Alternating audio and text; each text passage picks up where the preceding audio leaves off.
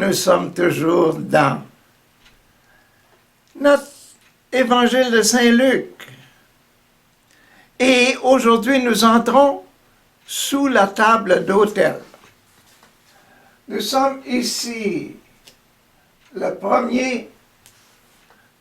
la première fondation, la première colonne qui supporte l'autel. Et je vous disais hier que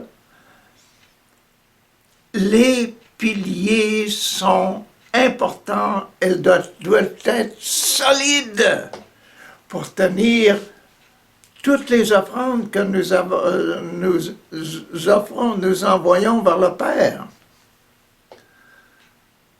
C'est la base de notre Église, c'est la base de notre prière. Les deux fondations que l'on a là, ce sont les deux bases de notre prière. Et elles sont dans le glaive qui est là, qui passe à travers l'offrande, et nous sommes rendus ici. Ce passage-là, dans Luc, le passage du milieu, dans la lame, parce que la lame va être à gauche et à droite. 7 passages à gauche et 7 passages à droite. 7, 7. Toujours en suivant, baptême, Eucharistie, réconciliation, confirmation, extrême-onction, ordre, mariage. 7 passages exactement dans l'ordre des sacrements. L'ordre de Saint Luc. Saint Luc, le deuxième sacrement dans l'ordre, c'est toujours l'Eucharistie. OK. Donc, qu'est-ce qu'il y a dans le centre, dans l'épée ici? Voici qu'est-ce qu'on lisait dans l'épée, dans cette partie de l'épée. L'amour pour nos ennemis. Donc, ça veut dire que la table est mise sur l'amour. Notre table d'offrande, nous allons prier Dieu si nous l'aimons.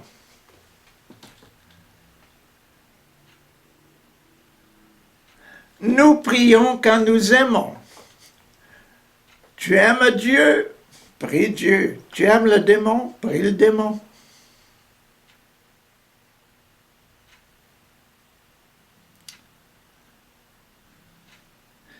Si tu pries Dieu, tu es toujours certain d'avoir les grâces, un renouvellement de toi-même, de la richesse pour toi-même pour te mettre solidement sur la route du salut. Voici. Mais je vous le dis, à vous qui m'écoutez, aimez vos ennemis, faites du bien à ceux qui vous haïssent.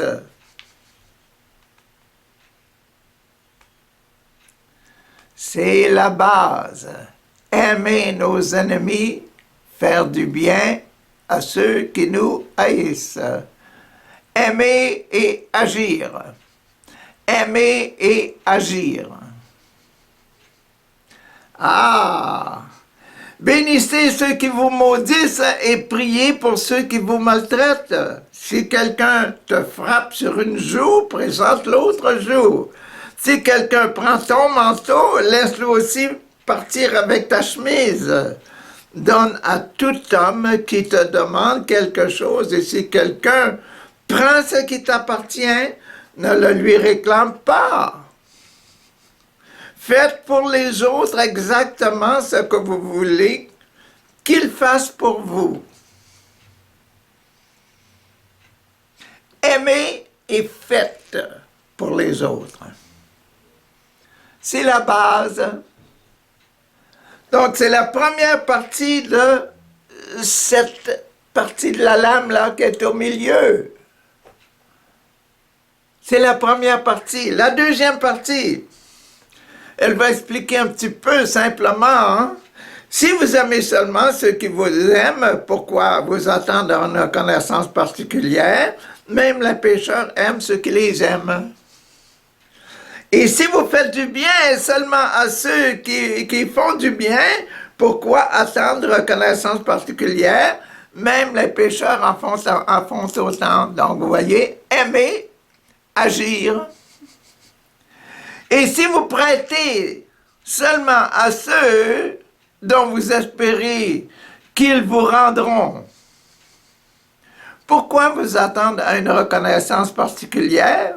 Les pécheurs aussi prêtent à des pécheurs pour qu'ils leur rendent la même somme.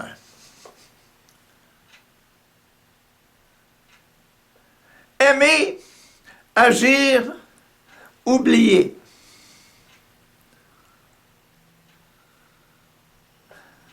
Ne pas réclamer. Au contraire,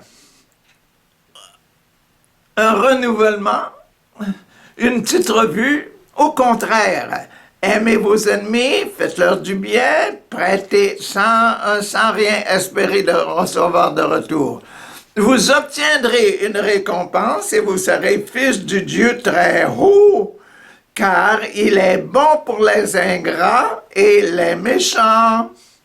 Soyez pleins de bonté, comme votre Père est plein de bonté. Et c'est ça qu'il y a dans le centre, et c'est ça qu'on va essayer de répéter là, dans la première colonne. Allons voir dans notre première colonne ce qu'il y avait aujourd'hui, ce qu'il y a pour aujourd'hui. La première colonne, le premier passage au sujet du baptême.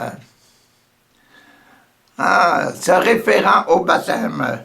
Jésus dit à ses disciples, un homme riche avait des biens, avait un gérant, et l'on vint lui dire que ce gérant gaspillait ses biens.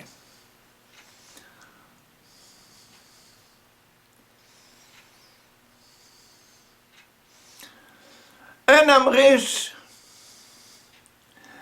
avait un ennemi.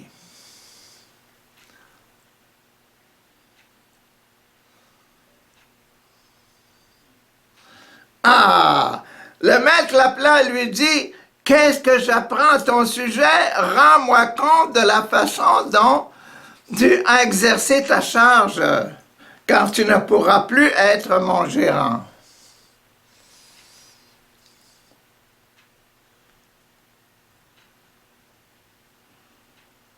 Un homme riche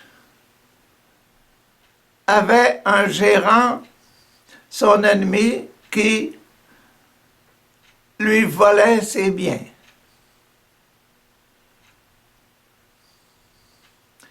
Qui gérait mal ses comptes.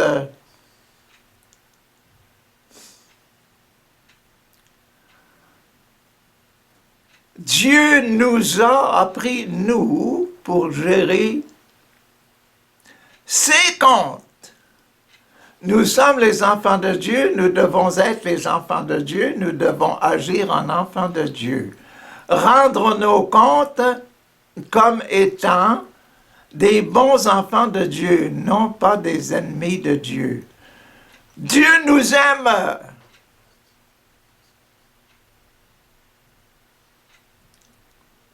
Même si on gère mal les biens qu'il nous a donnés, qu'il nous a prêtés, qu'il nous a mis en main pour réaliser, pour rentrer au ciel avec lui.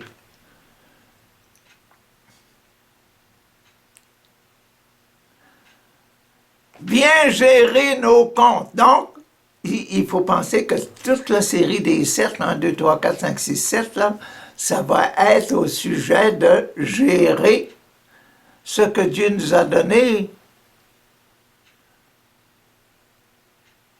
Tout ce qu'il y a dans ce passage-là, le premier passage, c'est ce côté ici. OK. Tout ce qu'il y a, la série de 7 petits passages, là, C'est basé là-dessus. Comment rendre nos comptes? Comment rendre compte de quoi? Ici, c'est de l'argent. Bon. Rends-moi compte de la façon dont tu as exercé ta charge. En naissant, nous avons,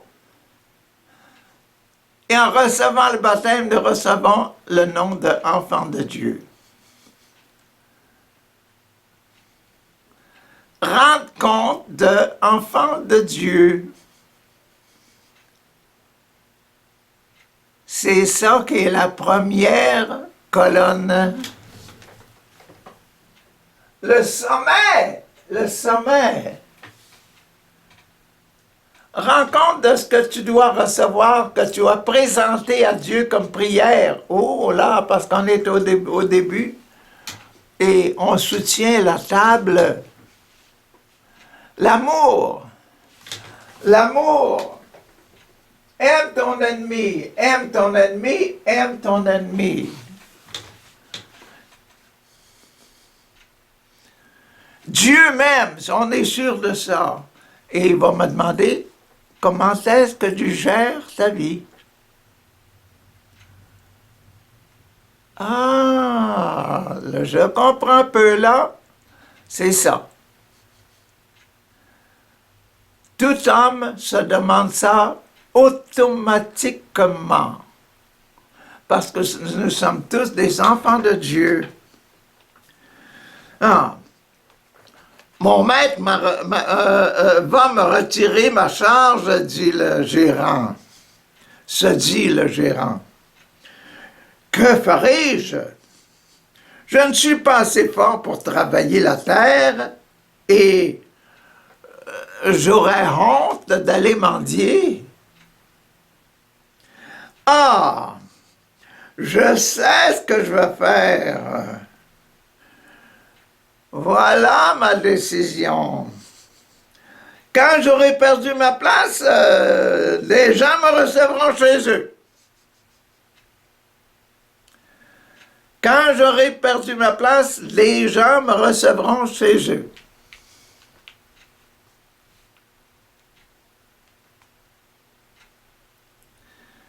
Si je perds ma place d'enfant de Dieu sur terre, où est-ce que je vais être reçu? Au ciel ou en enfer?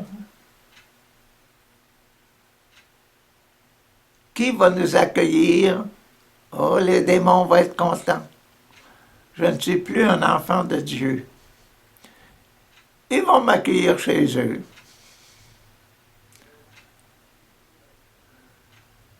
C'est l'amour. La base de tout, c'est l'amour.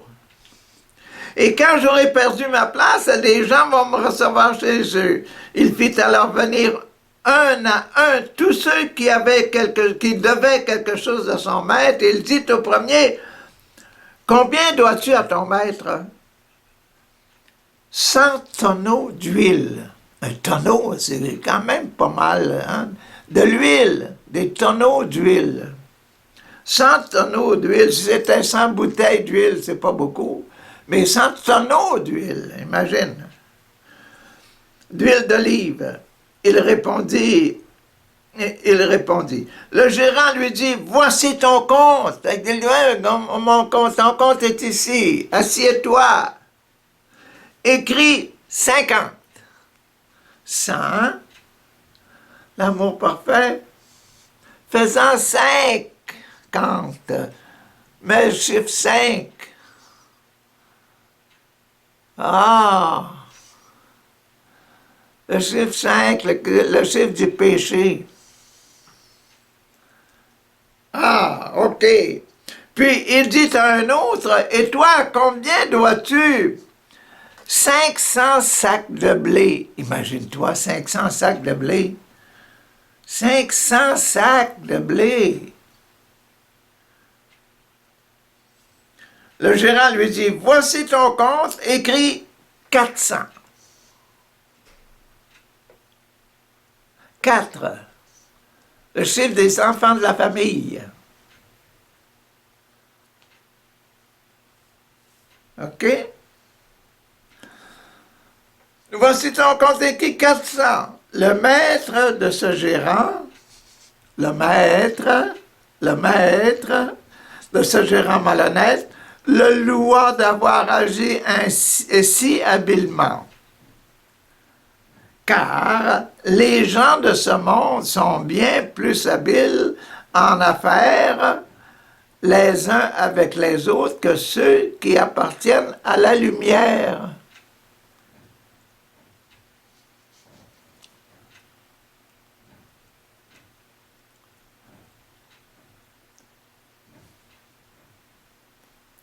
Un bon fils, un fils merveilleux n'aurait jamais fait ça pour son père, non? Il aurait géré des affaires en toute honnêteté parce que c'est un bien de famille.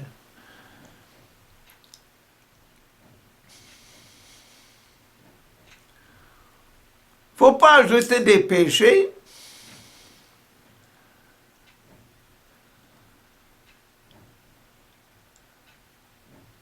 Tromper.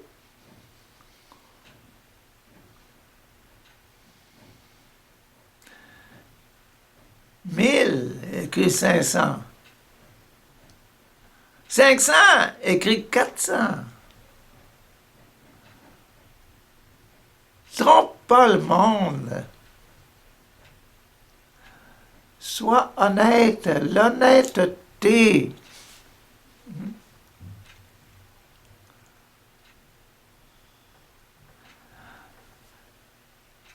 Car les gens de ce monde sont bien plus habiles en affaires, les uns avec les autres. Les affaires.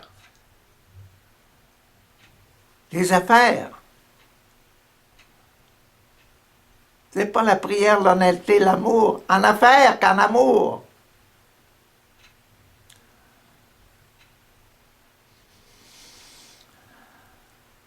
Les gens de ce monde sont bien plus habiles en affaires, les uns avec les autres, que ceux qui appartiennent à la lumière, en amour. Voyez-vous? Dieu. Couper. On est dans la première patte, le premier pilier de l'autel.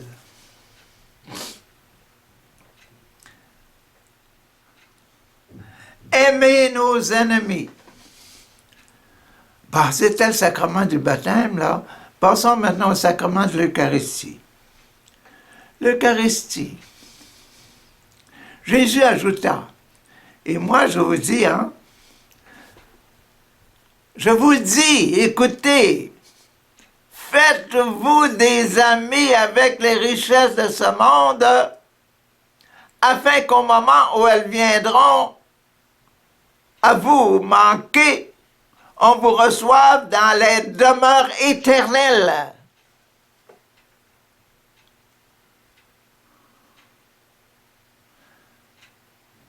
Donc, c'est clair, ça, que ce que vient de dire, là, c'était pour l'éternité. Recevoir dans l'éternité, tu devais 1000, écrit 500, et c'est le péché. Recevoir l'éternité de pécheur.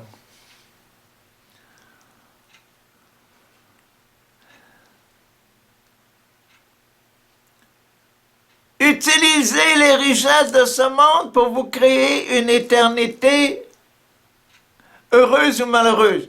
Malheureuse si c'est comme ça, là, ce qu'on vient juste de voir. Heureux si, quand tu es riche, tu utilises ta richesse pour faire du bien. Aimer, agir. L'action montre ce que tu as dans le cœur.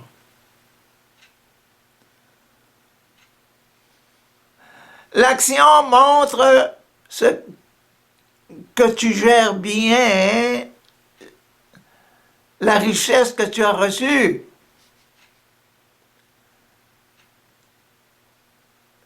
Agir.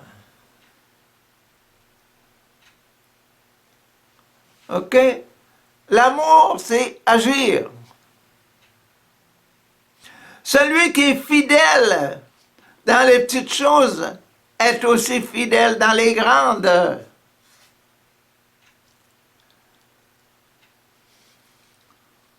Celui qui est malhonnête dans les petites choses sera aussi malhonnête dans les grandes.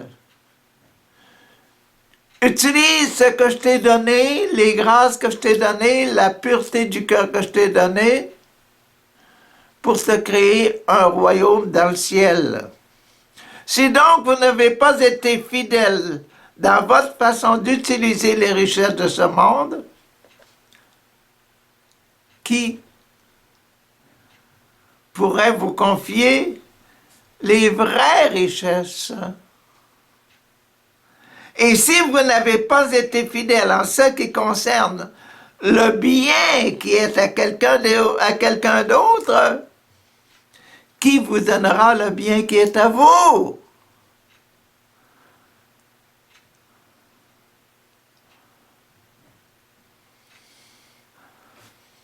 Aucun serviteur ne peut servir deux maîtres. Il haïra l'un et aimera l'autre, il sera fidèle à l'un et méprisera l'autre. Vous ne pouvez servir à la fois Dieu et l'argent. Nous sommes des serviteurs.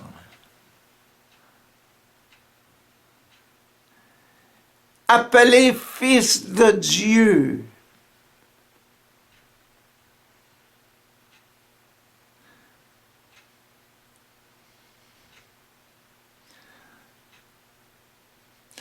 Pour devenir fils de Dieu, il faut être de bons gérants. Aimer et agir.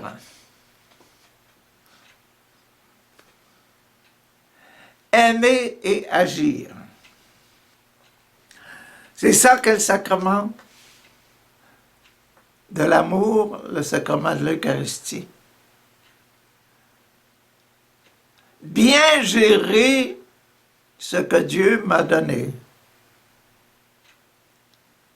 Servir Dieu et non pas l'argent, et non pas le démon.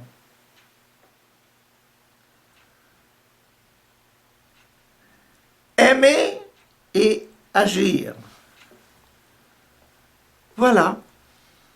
Le sacrement de l'Eucharistie. Le sacrement de la réconciliation maintenant. Le sacrement de réconciliation, c'est, bon, comment est-ce qu'on va faire? Les pharisiens, là,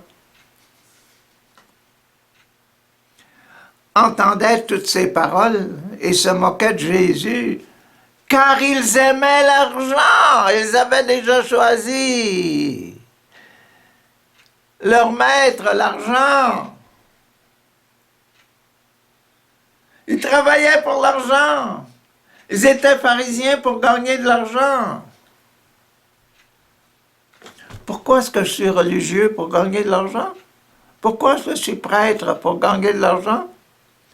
Pourquoi est-ce que je suis papa, maman de la famille pour gagner de l'argent pour moi ou bien c'est pour mes enfants? Pourquoi est-ce que je suis professeur? Pour mon salaire ou bien pour donner une belle éducation, une belle formation?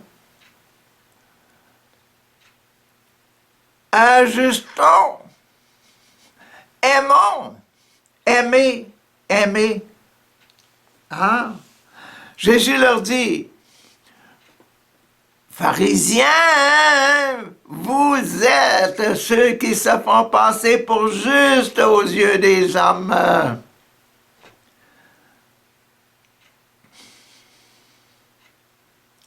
Mais Dieu connaît vos cœurs.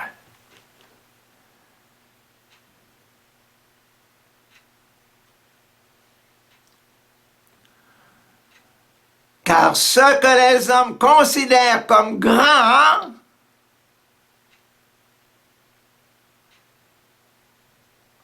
ce que les hommes considèrent comme grand est sans valeur aux yeux de Dieu. Réconciliez-vous, là. Hein? C'est ça, là. Aimer, c'est ça. Écoutez, pharisiens, le temps de la loi de Moïse. Vous êtes des pharisiens, vous autres, vous observez la loi, hein?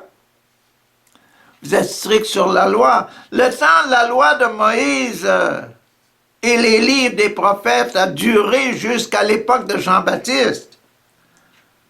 Depuis cette époque, depuis Jean-Baptiste, c'est la bonne nouvelle, c'est moi, Jésus, qui vous parle. La bonne nouvelle du royaume de Dieu est annoncée et chacun use la force pour entrer dans le royaume. Chacun essaye d'adapter lui-même à l'exemple qui est Jésus, moi. L'exemple que je donne et l'enseignement que je donne. Essaye avec force.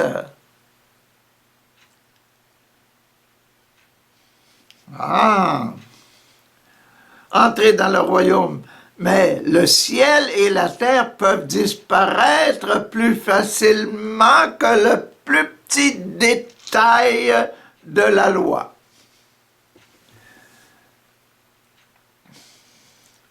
Les 10 commandements vont toujours rester là.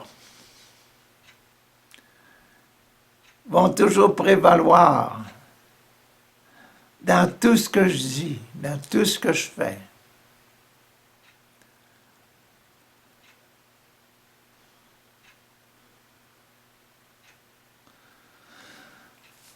OK. Le ciel et la terre peuvent disparaître plus facilement que le plus petit détail de la loi. Tout homme qui renvoie sa femme et se marie avec une autre commet un adultère. Celui qui se marie avec une femme renvoyée par son mari commet un adultère. Qu'est-ce que ça vient faire là, cette histoire-là?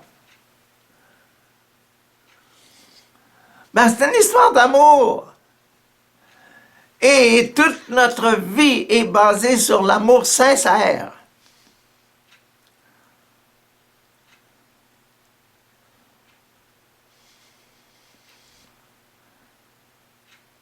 On ne peut pas aimer deux à la fois.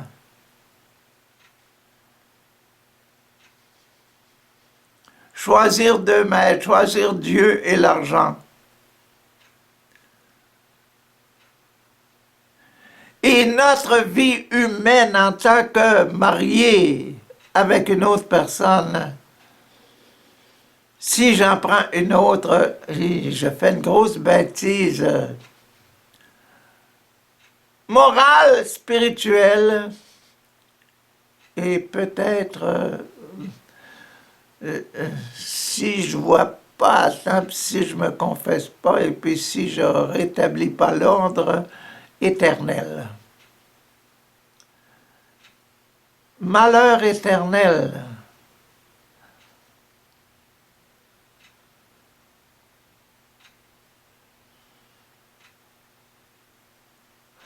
Adultère. Choisir un autre à aimer.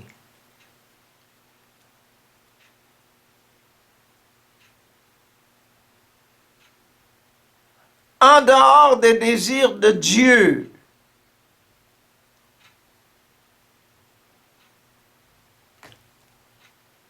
Vous l'avez compris que tout est basé sur l'amour. Et ça, c'est la réconciliation.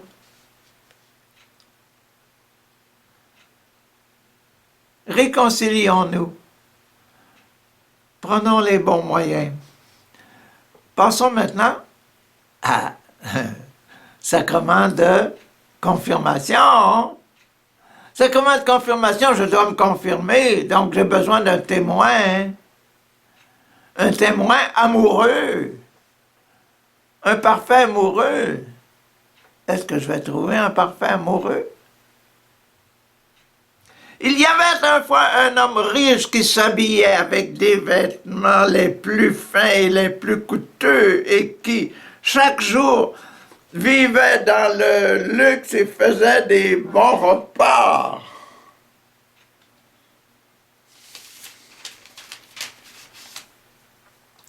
Un pauvre homme appelé Lazare, couvert de plaies, se tenait couché devant la porte de la maison de ce riche-là.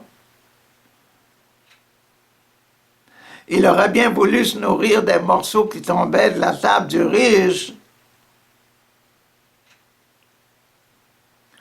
De plus, même les chiens venaient lécher ses plaies.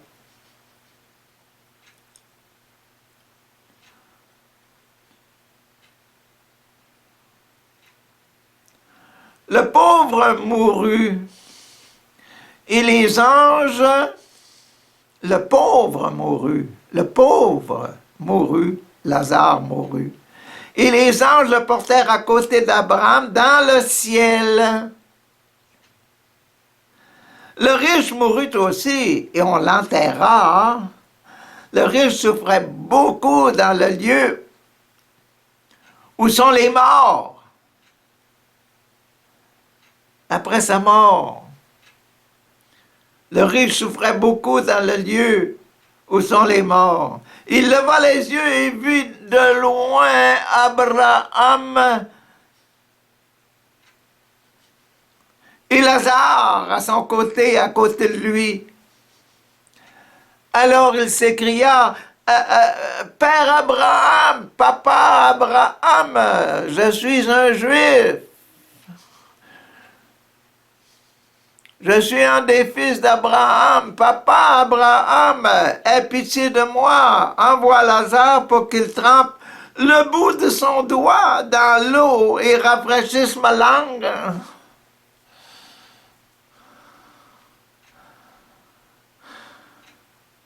Car je souffre beaucoup dans ce lieu.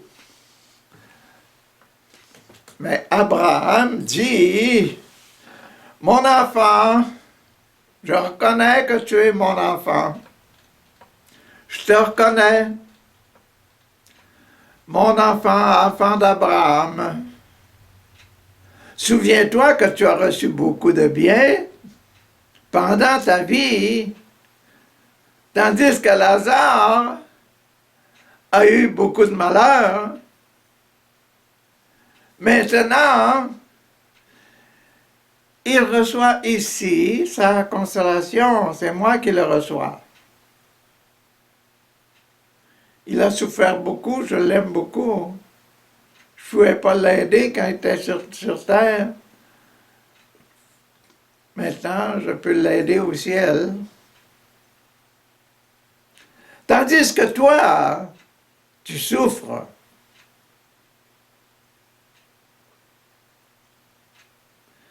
De plus, Lazare, non, de plus, toi, mon gentil, riche, il y a un profond abîme entre nous et vous. Ainsi, ceux qui voudraient passer d'ici vers vous ne le peuvent pas. Et l'on ne peut pas non plus parvenir vers nous de là où tu es. Le riche dit, je te prie donc, Père, d'envoyer Lazare dans la maison de mon père, où j'ai 5 frères, qu'il aille les avertir afin qu'ils ne viennent pas eux aussi dans ce lieu de souffrance.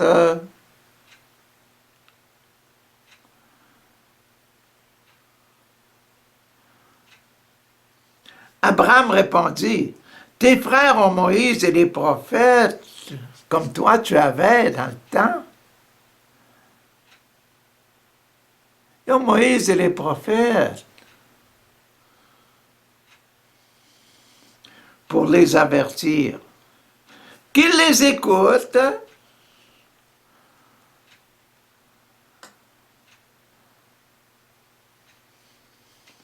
Le riche dit, cela ne suffit pas, père Abraham, mais si quelqu'un revient de chez les morts et va les trouver, alors ils changeront de vie. Mais Abraham lui dit, s'ils ne veulent pas écouter Moïse et les prophètes, comme toi, tu ne voulais pas écouter Moïse et les prophètes, ils ne se laisseront pas persuader, même si l'un des morts revenait à la vie. S'ils ne veulent pas, ils ne veulent pas.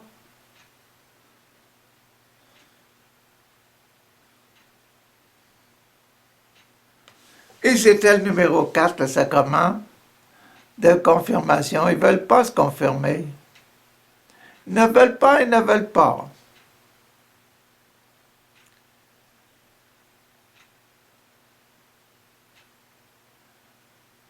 Ils doivent être récompensés d'après leurs actes pendant qu'ils étaient sur la terre. Ah, passons au numéro 5, maintenant l'extrême onction. Oui, c'est très court aussi.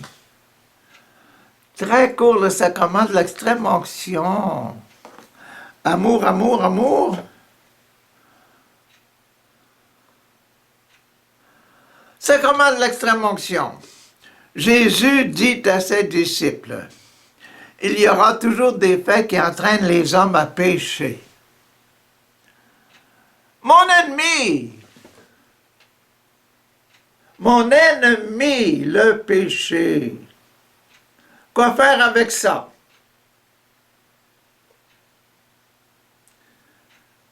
Comment aimer le péché, aimer vos ennemis, c'est là qu'on est, là. C'est l'extrême action. Comment aimer le péché? Ah! Il y aura toujours des faits qui entraînent les hommes à pécher, il y en aura toujours, mais malheur à celui qui en est la cause. Malheur à celui qui est la cause du péché. Si tu entraînes quelqu'un au péché, si j'entraîne quelqu'un au péché, malheur à moi. Il vaudrait mieux pour moi, pour lui, qu'on lui attache au cou une grosse pierre et qu'on le jette dans la mer, que s'il faisait tomber dans le péché un seul de ses petits, un seul de ses frères, un seul de ses petits, là, qui croient en moi.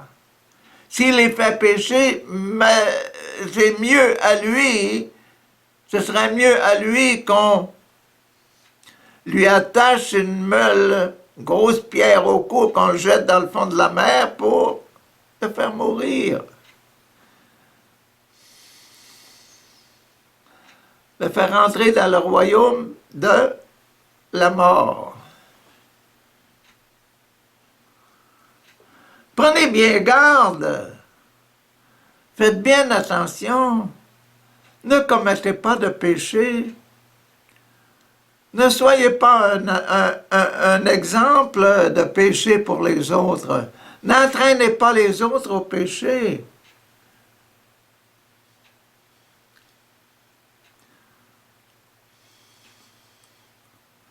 Le péché mérite la mort, mérite la séparation éternelle.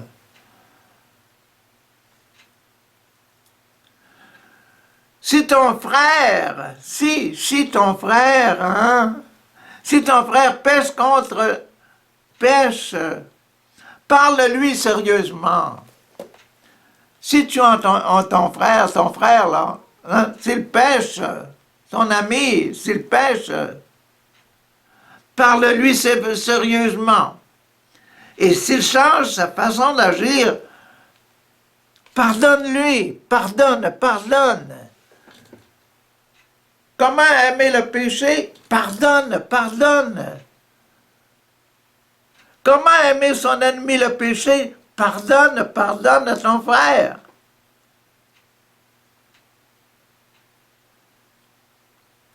La vie chrétienne, la vie spirituelle est basée sur l'amour.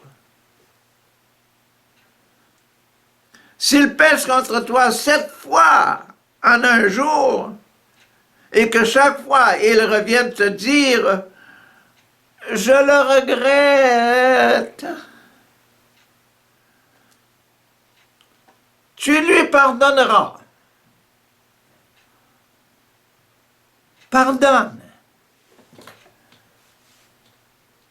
C'est ça l'extrême onction. Dans la façon d'aimer ses ennemis. Ah, on est rendu à l'ordre maintenant. L'ordre, la foi. La foi, l'ordre, la foi. Je crois en Dieu, je crois que je suis baptisé, je crois que je suis un fils de Dieu. Et je crois aussi que j'ai péché, mon ennemi. Quand j'ai péché, je le crois. Les apôtres dirent au Seigneur, augmente notre foi. Sacrement de l'ordre. Augmente notre foi, Seigneur, afin qu'on puisse se servir, afin qu'on puisse rester le bon fils de Dieu. Le Seigneur répondit, Jésus répondit ça, à ça. Si vous aviez de la foi gros comme une graine de moutarde. Vous vous rappelez ce qu'on avait dit au sujet de l'arbre de moutarde? Il disait que la vie spirituelle avec les grandes branches, et puis que les oiseaux qui s'en viennent dans le ciel, là, qui viennent l'habiter et toute la joie que ça procurait, tout l'amour que ça dégage. Ah, la foi. Si vous aviez de la foi gros comme une graine de moutarde, vous pourriez dire à cet arbre, ce mûrier, déracine-toi et va te planter dans la mer et il vous obéirait. Cet arbre, ce mûrier-là, c'est le péché. Qu'est-ce qu'on disait tantôt?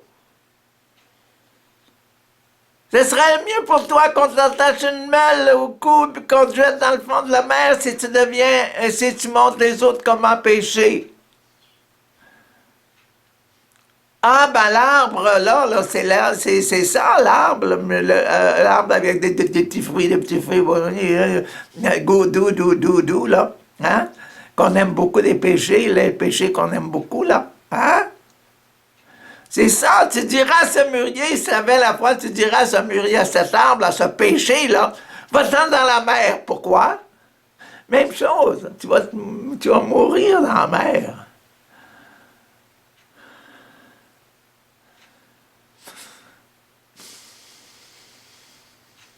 Tu vivras pas dans la mer. Faire mourir le péché.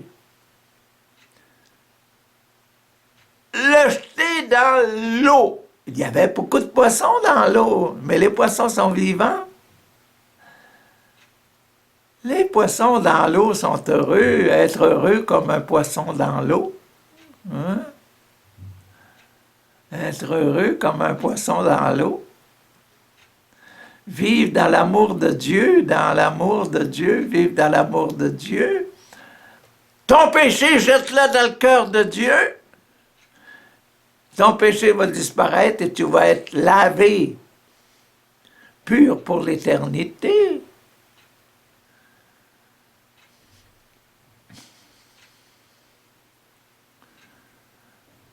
Concernant vos péchés, jetez-les. Faites-les laver. Vous avez les sacrements pour ça.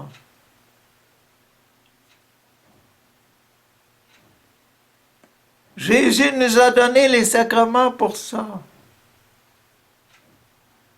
Utilisez l'Église, utilisez la grande mère de l'Église, la grande maman de l'Église. Utilisez ses pouvoirs, ses sacrements. Oh, c'est beau. Ah, il nous reste maintenant le mariage.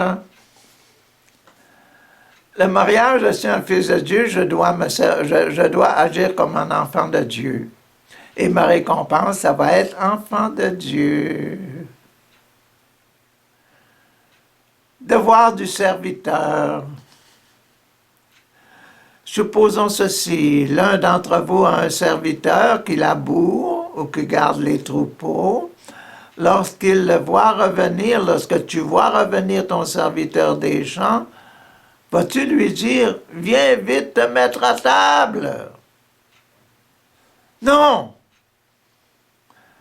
Mais tu lui diras plutôt, prépare mon repas. Puis, change d'habit pour me servir pendant que je mange et bois. Après quoi, toi, tu pourras manger et boire à ton tour. C'est ton serviteur. Tu l'aimes beaucoup. Il n'a pas à remercier son serviteur. Moi, je n'ai pas remercié mon serviteur d'avoir fait ce que lui a fait, ce que lui était ordonné, n'est-ce pas? As-tu besoin de remercier ton serviteur de t'avoir servi, etc., quand il a fait sa job? Non, il va recevoir son salaire.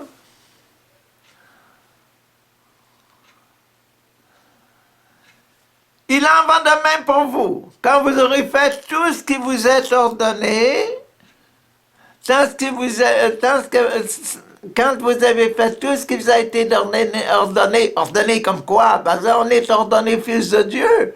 Nous sommes des fils de Dieu, non fils de Dieu. Baptisés au nom du Père, du Fils et du Saint-Esprit. Nous sommes des fils de Dieu. Dis seulement, nous sommes de simples serviteurs, nous sommes de simples fils de Dieu. Nous avons fait notre devoir. Et ce sera votre récompense.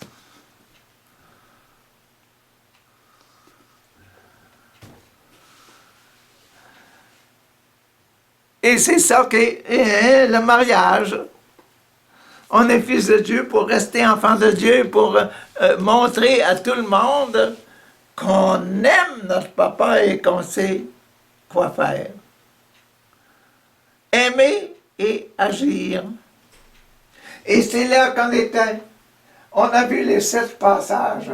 Demain, on va rentrer dans les passages numéro 2 ici. Et que ça répondra au passage numéro 2 qui est dans la lame.